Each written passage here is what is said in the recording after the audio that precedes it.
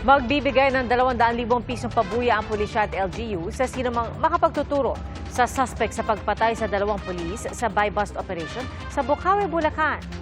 Saksi si June Veneracion.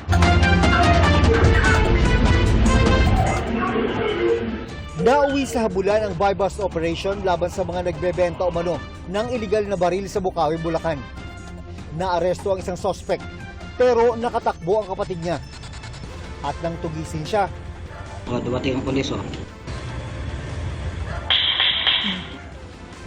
naunahan at napatay niya ang pulis na unang humabol sa kanya. Tumakas ang suspect gamit ang mismong motorsiklong sinakyan ng pulis at tangay niya ang service firearm nito. Isa pang pulis ang humabol sa suspect pero nabaril niya rin ito. Ang ginamit na baril ay yung kinuha po niya doon sa isang pulis. Nauna po niyang binaril.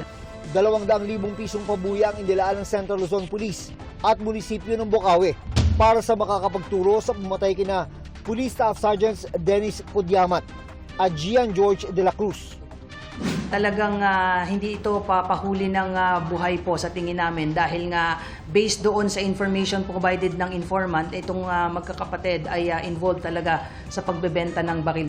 Naulilan ni de la Cruz ang 5 anak. Tragic po. Masakit po, napakasakit. Kaya ako, hindi ko alam kung kailan ko matatanggap. Hindi ko lang po yung hustisya.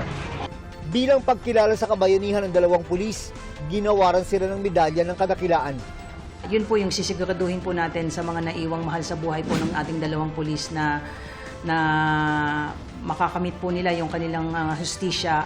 Para sa GMA Integrated News, June Veneracion ang inyo, saksi. Mga kapuso, maging una sa saksi. Mag-subscribe sa GMA Integrated News sa YouTube para sa iba't ibang balita.